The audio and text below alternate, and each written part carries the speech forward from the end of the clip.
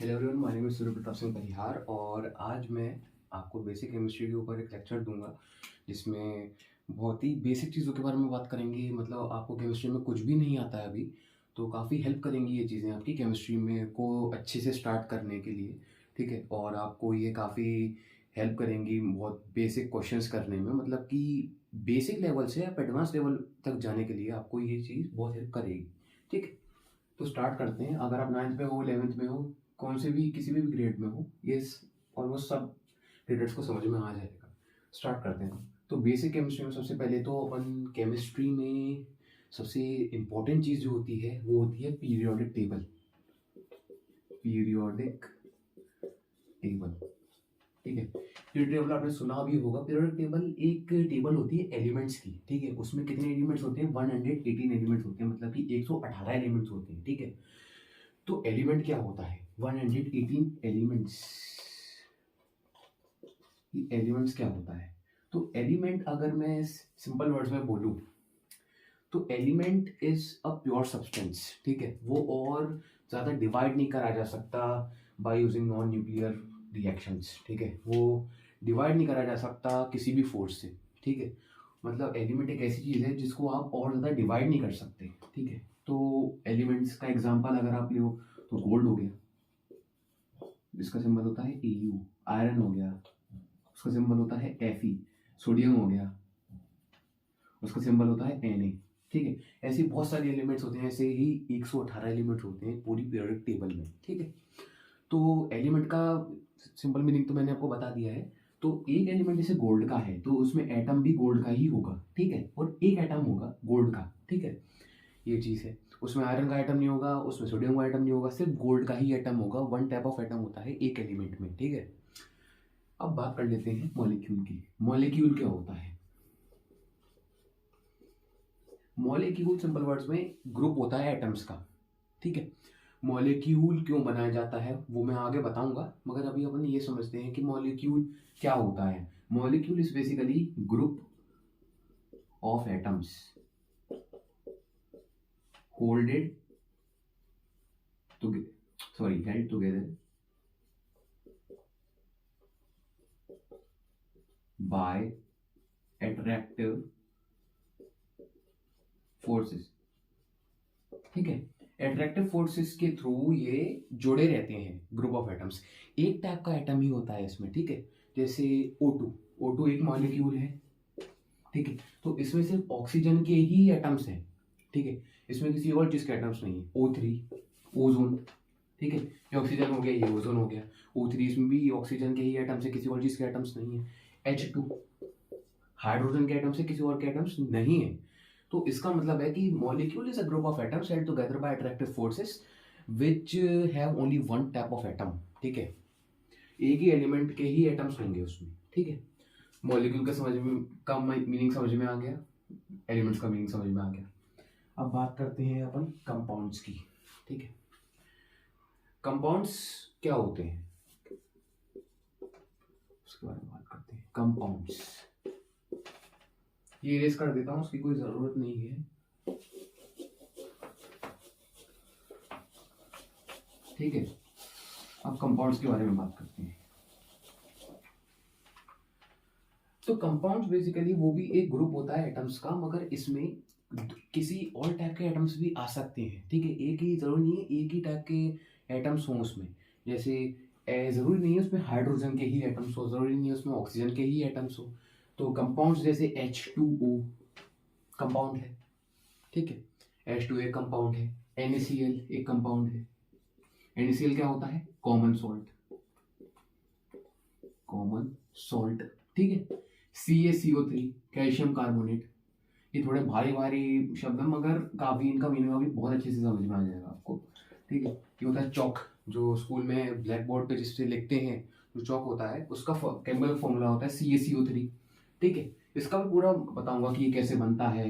दूसरे वाले जो पार्ट होगा उसमें मैं बताऊंगा कि फॉर्मूलाज कैसे बनाते हैं, ये जो मैंने बनाए हुए हैं। ठीक है, इसमें हम सब टर्म्स के बारे में समझेंगे जिससे कि आपको प्रॉब्लम नहीं आएगी।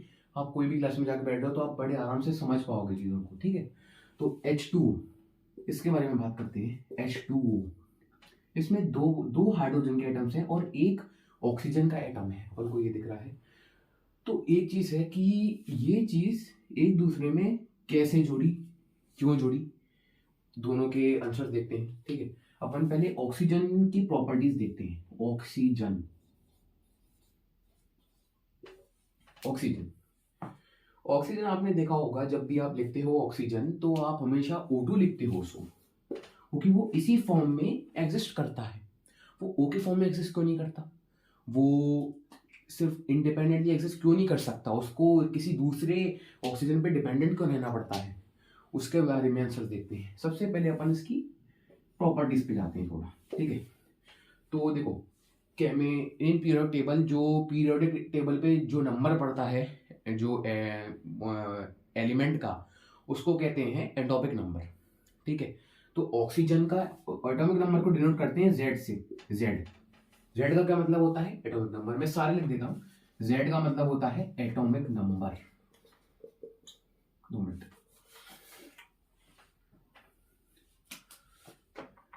जेड का मतलब होता है एटॉमिक नंबर। ठीक है, ठीक है। तो अब ऑक्सीजन का एटॉमिक नंबर क्या होता है आपको नहीं पता तो मैं बता देता हूँ। और ऑक्सीजन का एटॉमिक नंबर होता है 8। ठीक है, ऑक्सीजन का एटॉमिक नंबर 8 होता है। बहुत बहुत बढ़िया। अब इसमें आपको अगर नहीं पता हो तो एक एटम, जैसे ये एक एटम है, ठीक है, इसमें ये कुछ है, ठीक है, ये क्या है, ये जो एटम है इसका ये पूरा ये क्या हमें दिखा रहा है। तो एक एटम में पार्टिकल्स होती हैं, 3 टाइप के पार्टिकल्स होते हैं, उनको कहते हैं प्रोटॉन, इलेक्ट्रॉन और न्यूट्रॉन। ठीक है, 3 टाइप के पार्टिकल्स होते हैं जो कि इस एक एटम में होते हैं। ठीक है, हर एटम में होते हैं, एक एटम को छोड़ के, एक एलिमेंट को छोड़ के। ठीक है, इलेक्ट्रॉन पे होता है नेगेटिव चार्ज, प्रोटॉन पे होता है पॉजिटिव चार्ज और न्यूट्रॉन होता है न्यूट्रल। ठीक है, न्यूट्रॉन न्यूट्रल होता है। अब अपन ने देख लिया कि ये इलेक्ट्रॉन्स हैं जैसे इस शेल में। ठीक है, यहाँ पे ये प्रोटॉन्स हैं और न्यूट्रॉन्स हैं। प्रोटॉन और न्यूट्रॉन हमेशा न्यूक्लियस में रहती है, ये याद रखना। यहाँ पे न्यूक्लियस क्या है, ये न्यूक्लियस है, ये न्यूक्लियस है। और ये जो चीज ये गोल गोल जा रही है इसे कहते हैं शेल। ठीक है, इन शेल्स में ही इलेक्ट्रॉन्स होते हैं। ये जो छोटे छोटे मैंने ये जो गोले बनाए हैं ये इलेक्ट्रॉन्स होते हैं एक शेल के। ये इलेक्ट्रॉन्स होते हैं। ठीक है, अब इलेक्ट्रॉन्स और प्रोटॉन्स, इनमें फर्क क्या है। प्रोटॉन में पॉजिटिव चार्ज है, इलेक्ट्रॉन में नेगेटिव चार्ज है। एक और फर्क है, मास का फर्क है। Proton is 2000 times bigger than electron, 2000 times bigger than electron. ठीक है, ये फैक्ट है। 2000 टाइम्स बिगर होता है प्रोटॉन किसके, इलेक्ट्रॉन के। ठीक है, तो आपको अब पता है कि एटम्स के अंदर क्या पार्टिकल्स होते हैं, प्रोटॉन, इलेक्ट्रॉन और न्यूट्रॉन होते हैं।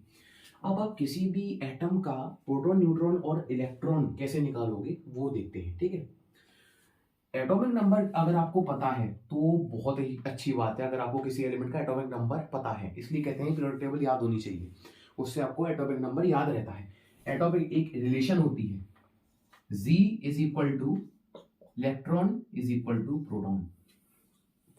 सोता मतलब है, मतलब कि जो एटॉमिक नंबर होगा वो ही होगा नंबर ऑफ इलेक्ट्रॉन्स और वो ही होगा number of protons. Atomic number क्या होता है, number of protons in an element. ठीक है, तो बहुत सही। अब इसको मैं यहाँ पे लिख देता हूँ, अगर आपको फिर भी थोड़ा कंफ्यूजन बाद में क्रिएट हो तो उसको आप देख सकते हैं। ये इलेक्ट्रॉन है, ये प्रोटॉन है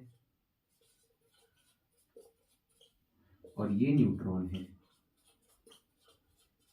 ठीक है, बहुत सही। अब आपको ये चीजें पता है, ये रिलेशन आपको पता पड़ गई और ये रिलेशन बहुत इंपॉर्टेंट है। ये रिलेशन आपको पता है तो आपके बहुत इजी हो जाएगा सारी चीजें निकालना। ठीक है, तो आपके पास जो इलेक्ट्रॉन्स हैं वो आ गए 8, प्रोटॉन्स हैं वो आ गए 8। न्यूट्रॉन्स कैसे निकालें वो देखते हैं। देखो, न्यूट्रॉन निकालने के लिए आपको इस चीज का एटॉमिक मास पता होना चाहिए किसी एलिमेंट का। एटॉमिक मास क्या होता है, सिंपली बस उसका मास, एटॉमिक मास। ठीक है, और एटॉमिक मास कैसे निकालना होता है वो मैं बताता हूँ। देखो, एटॉमिक नंबर पता है, मैं वापस बोल रहा हूँ, एटॉमिक नंबर पता है तो सब हो जाएगा, ठीक है। एटॉमिक नंबर जैसे है, जैसे मैं कह रहा हूँ 11 है, ठीक है। 11 किसका एटॉमिक नंबर होता है? Na का, सोडियम का, ठीक है। तो 11 इसका एटॉमिक मास कैसे निकालूं मेरे को, अगर इसका मुझे एटॉमिक नंबर पता है तो एटॉमिक नंबर मैंने लिख लिया 11। जब भी ऑड नंबर आता है एटॉमिक नंबर में तो आप क्या करोगे, उसमें 2 का इंटू कर दोगे और +1 कर दोगे, क्या आ जाएगा इसका 23, ठीक है। 23 आ गया, सिंपल। अगर इवन आ गया तो आप बस 1 प्लस नहीं करोगे, लेट से उसमें था 20 कैल्शियम का, ठीक है। सिंपली आप इसमें 2 का इंटू करोगे 40 आ जाएगा, सिंपल। अब ऐसे ही आपको ऑक्सीजन का एटॉमिक मास निकालना है, 2 इंटू 8 कर दो, 16 आ गया, ठीक है। एटॉमिक मास को डिनोट कैसे करते हैं? ए से करते हैं। ए का मतलब होता है एटॉमिक मास, और ऑक्सीजन का एटॉमिक मास क्या आ गया है? 16, ठीक है, 16 आ गया। यहाँ पे मैं लिख देता हूं A is equal to atomic mass, ठीक है, बहुत सही। तो अब आपको एटॉमिक मास का मतलब पता है, इलेक्ट्रॉन्स, प्रोटॉन्स, न्यूट्रॉन्स कैसे निकालें इनका मतलब ये भी पता है आपको, और आपको एटॉमिक नंबर याद होना चाहिए। अगर आपको एटॉमिक नंबर याद है तो आपको सारी चीजें आ जाएंगी, ठीक है, बहुत सही। अब अपन किसके बारे में बात कर रहे थे? अपन कंपाउंड्स के बारे में बात कर रहे थे। इसको मैं गेस कर देता हूँ, ये इंपॉर्टेंट नहीं है, ठीक है, अब तक इंपॉर्टेंट नहीं है।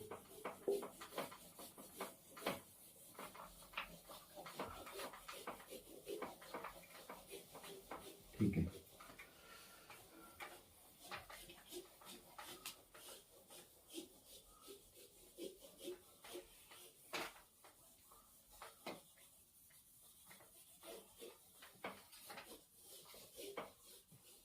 ठीक है।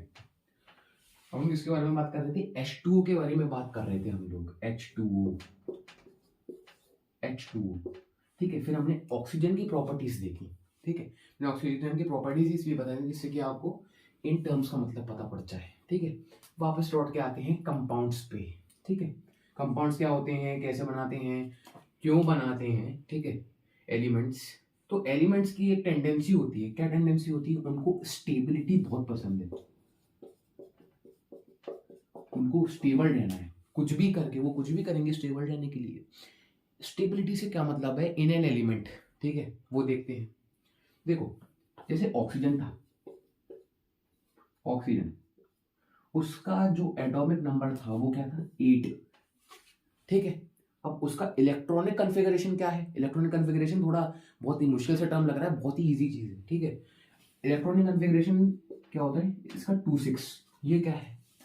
देखो, ये जो अपना एटम होता है इसमें बहुत सारे शेल्स होते हैं, ठीक है। मैंने 3 शेल्स बनाए हैं, जैसे ये इसका न्यूक्लियस है और फिर ये इसमें ये भरे हुए हैं इलेक्ट्रॉन्स, ऐसे भरे हुए हैं पूरे में इलेक्ट्रॉन्स, ठीक है, बहुत बढ़िया। अब ये चीज कैसे, ये क्या इनका कोई रूल है कि इतने ही इलेक्ट्रॉन्स बढ़ सकते हैं इनमें, कि इनमें इनफाइनाइट इलेक्ट्रॉन्स बढ़ सकते हैं? इनका एक रूल होता है, इनमें थोड़े एक नंबर डिसाइडेड है, उतने ही इलेक्ट्रॉन्स बढ़ सकते हैं। अपन अगर चाहें बहुत ज्यादा बढ़ना तो वो नहीं पॉसिबल, वो पॉसिबल नहीं है। वो देखते हैं। बोर एंड ब्यूरी साइंटिस्ट का नाम है, उन्होंने एक चीज बताई थी, क्या बताया था? 2n², उन्होंने फॉर्मूला निकाला था, ठीक है। अपन को किसी भी शेल नंबर का अपन को वो निकालनी है कैपेसिटी ऑफ होल्डिंग इलेक्ट्रॉन्स। अपन उस n की जगह उस शेल का नंबर रख देंगे और सीधे आ जाएगा। फर्स्ट शेल का कैसे निकालें? 2 × 1 का स्क्वायर क्या आ जाएगा? 2 आ जाएगा। सेकंड का कैसे निकालें? 2 × 2 का स्क्वायर आ जाएगा, कितना आ जाएगा? 8 आ जाएगा। थर्ड का कैसे निकालें? 4 का स्क्वायर आ जाएगा 32। और फोर्थ का कैसे निकालें? 2 × 5 का स्क्वायर, तो हो जाएगा 50, ठीक है। तो यहाँ सॉरी गलती हो गई, थर्ड मैंने यहाँ पे 3 नहीं रखा। 3 × 9, 9 × 2 = 18, ठीक है। ये आ जाएगा 4 और ये हो जाएगा 32। फिफ्थ शेल, इतना आगे नहीं जाने की जरूरत नहीं है अभी अपन को, ठीक है। यही बहुत सारे हो जाते हैं, ओके। तो 2 8 18 32 ये कैपेसिटी है इन सारे शेल्स की इलेक्ट्रॉन्स को होल्ड करने की, ठीक है। तो पहला वाला शेल 2 इलेक्ट्रॉन्स ही होल्ड कर पाएगा, ठीक है। अगर ज्यादा इलेक्ट्रॉन्स है तो वो दूसरे शेल में चले जाएंगे, ठीक है। अगर जैसे 2 7 है, ठीक है, 2 7 है, इसमें कितने इलेक्ट्रॉन्स हैं इस एलिमेंट में? 9, ठीक है, 9 इलेक्ट्रॉन्स हैं।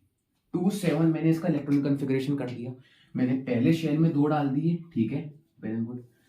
दूसरे में मैंने डाल दी 1 2 3 4 5 6 7 8 चाहिए होते हैं, नहीं तो वो स्टेबल नहीं हो पाएगा। So this atom is unstable और दिस एलिमेंट इज अनस्टेबल।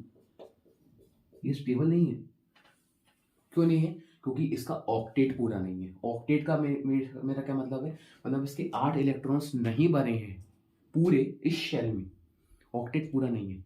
जब 2 इलेक्ट्रॉन्स नहीं भरे होते मतलब कि उसका डुप्लेट पूरा नहीं है। डुप्लेट पूरा करना पड़ता है और उसके 2 इलेक्ट्रॉन्स भरे तो उसका डुप्लेट पूरा है, ठीक है। डुप्लेट 2 डुप्लेट, ठीक है, ऐसे ऑक्टेट, ठीक है, 8 ऑक्टेट। तो ऑक्टेट पूरा करना पड़ता है एक एटम को अपना, मतलब एक एलिमेंट को, जिससे कि वो स्टेबल हो पाए, ठीक है। इसीलिए वो दूसरे एलिमेंट्स से की हेल्प लेता है कि तुम मुझे स्टेबल करो किसी भी तरह, और मुझे स्टेबल रहना है, मुझे भी स्टेबल रहना है। तो उसका इसीलिए वो दूसरे एलिमेंट्स में के साथ जाके उनके संग बॉन्ड बनाता है, ठीक है, क्योंकि वो उनके संग स्टेबल हो जाता है। जाके स्टेबल कैसे होता है वो देखते हैं, ठीक है।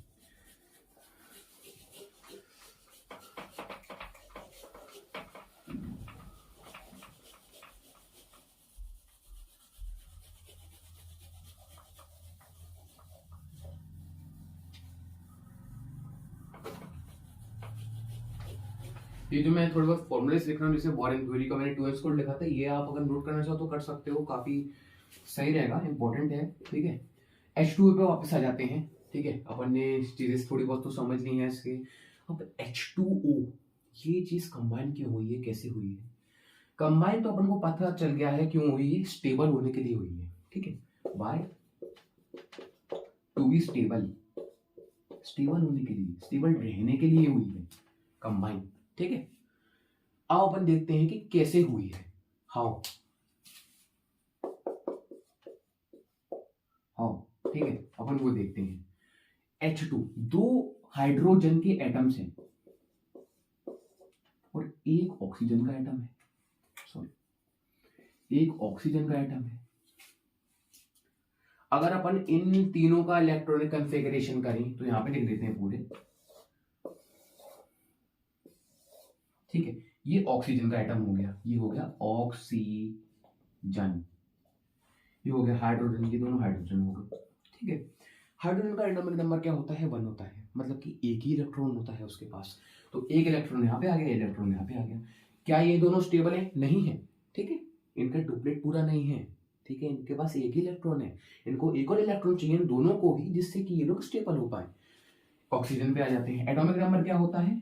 एटॉमिक नंबर ऑक्सीजन का होता है 8। इलेक्ट्रॉनिक कॉन्फ़िगरेशन क्या होगा? 2 6 2 6 is equal to EC। Electronic configuration E का को EC लिख दिया, ठीक है। 2 6 हो गया इलेक्ट्रॉनिक कॉन्फ़िगरेशन किसका? ऑक्सीजन का, ठीक है। अब अपन ने सिंपली 1 2 डुप्लेट पूरा हो गया, 1 2 3 4 5 6, वेरी नाइस। 6 भर गए। क्या ये स्टेबल है? नहीं है, इसका ऑक्टेट पूरा नहीं है। 8 इलेक्ट्रॉन, मतलब इसको 2 इलेक्ट्रॉन और चाहिए जिससे कि ये अपना ऑक्टेट पूरा कर ले, मतलब कि जिससे कि ये स्टेबल हो जाए। तो ये तीनों ही अनस्टेबल हैं, तो ये तीनों एक दूसरे के पास आते हैं। हम लोग तब कर लेते हैं कि हम तीनों शेयर करेंगे इलेक्ट्रॉन, जिससे कि हम तीनों ही स्टेबल रह सकें, ठीक है। तो ये हम तीनों नहीं, ये इसके संग करता है, ये दोनों एक ही के पास आते हैं, तो ये इसका एक इलेक्ट्रॉन ले लेता है ये, ठीक है। तो यहाँ पे क्या होगा? ऑक्सीजन ने हाइड्रोजन का एक एटम शेयर कर लिया, मतलब कि उसने हाइड्रोजन का एक इलेक्ट्रॉन को अपने काम में ले लिया और उसने अपना एक इलेक्ट्रॉन दे दिया, कि जिससे उसका हाइड्रोजन का डुप्लेट पूरा हो गया और ऑक्सीजन का अभी 7 इलेक्ट्रॉन्स पूरे हो गए, ठीक है। अब यहाँ पे इसने इस वाले हाइड्रोजन वाले एटम के साथ भी शेयर कर लिया इलेक्ट्रॉन्स, तो इस हाइड्रोजन का डिप्लेट पूरा हो गया और इस ऑक्सीजन का कंप्लीट ऑक्टेट हो गया है। इसका ऑक्टेट कंप्लीट हो गया है। कैसे हो गया है? 2 इलेक्ट्रॉन शेयर भी तो कर लिए उसने, ठीक है, 2 इलेक्ट्रॉन शेयर कर लिए। तो अब इसमें के में तो 2 बढ़ गए इसके, तो बस इसको 2 चाहिए थे। 2 6 6 + 2 कितना होता है? 8। तो 2 8 ऑक्टेट पूरा हो गया, ठीक है। इसलिए ऑक्सीजन ने बॉन्ड बनाया 2 हाइड्रोजन के साथ, ठीक है। तो वो क्या बन गए? H2O। ये बॉन्ड बन गया। और H2O किसका फॉर्मूला होता है? वाटर का। वाटर का फॉर्मूला होता है H2O, ठीक है। और इसलिए H2O ने अपने आप को इन लोगों में फ्यूज करा, मतलब कि बॉन्ड बनाया, ठीक है। Very nice. तो आज अपन ने कंपाउंड्स के बारे में पढ़ा, एलिमेंट्स के बारे में पढ़ा, मॉलिक्यूल्स के बारे में पढ़ा, ठीक है। तो बढ़िया। अगर आपको अच्छा लगा हो तो लाइक कर देना, अगर अब तक वीडियो अगर आप देख रहे हो, ठीक है। तो आपको थोड़ा बेसिक मैंने बता दिया केमिस्ट्री का, कि बेसिक चीज़ें अगर आप अब कोई कोशिश करोगे, कोई जैसे कोई नई बुक उसमें बिल्कुल फर्स्ट चैप्टर करने की, तो आप कंफ्यूज नहीं होगी, है ना। एलिमेंट्स के बारे में बता दिया, कंपाउंड्स के बारे में बता दिया, मॉलिक्यूल्स के बारे में बता दिया, मॉलिक्यूल्स क्या होते हैं, ठीक है। मॉलिक्यूल्स कंबाइन कैसे होते हैं वो आप खुद ही फिगर आउट कर सकती हो, क्योंकि मैंने आपको बता दिया कि कंपाउंड्स क्यों एक दूसरे के संग बॉन्ड बनाते हैं, है ना। कंपाउंड्स क्यों बनते हैं, सॉरी मैंने गलत बोल दिया, wrong choice of words. Compounds बनते क्यों हैं, ठीक है। 2 टाइप अलग अलग एलिमेंट्स के एटम्स एक साथ क्यों आते हैं, ठीक है। कंपाउंड क्यों बनाते हैं वो मैंने आपको बता दिया है। अब आपको पता है वो क्यों बनाते हैं, जिससे कि वो स्टेबल रह सकें, ठीक है। मॉलिक्यूल क्यों बनता है? क्योंकि स्टेबिलिटी के कारण, हर चीज की रीजन स्टेबिलिटी ही है, ठीक है। तो डेट्स इट फॉर टुडे। आज मैंने आपको सब बता दिया। अब पार्ट टू में मैं कवर करूंगा कि आप फॉर्मूलेस कैसे बनाएं, how to make basic formulas, ठीक है। How to make basic formulas, ठीक है। जैसे कैल्शियम कार्बोनेट का मैंने फॉर्मूला बनाया था, जो कि है CaCO3, जो कि किसका फॉर्मूला होता है? चॉक का। ये मैंने कैसे बनाया, ठीक है, मैंने क्या रूल यूज करा, ये आप बड़े इजीली बना लोगे, ठीक है। 20 तक अगर आप एलिमेंट्स याद कर लेते हो तो बहुत ही ज़्यादा अच्छी बात है। अगर नहीं भी करते हो तो आप एक पीरियड टेबल रख लो अपने पास में, जिससे कि आप इजीली कर पाओ चीज़ें। मगर मैं ये रिकमेंड करूँगा कि आप उसको याद कर लो, वो ज़्यादा अच्छा रहता है। फॉर 10th ग्रेडर्स 30 तक रहता है, 30 या 20 तक, तो 25 30 ऐसे रहता है। और 11th में आपको पूरे होने चाहिए 118 एलिमेंट्स याद, 11th 59 भी होने चाहिए। तो ये आपको ध्यान में रखना है, ठीक है। That's it for today. Thank you so much.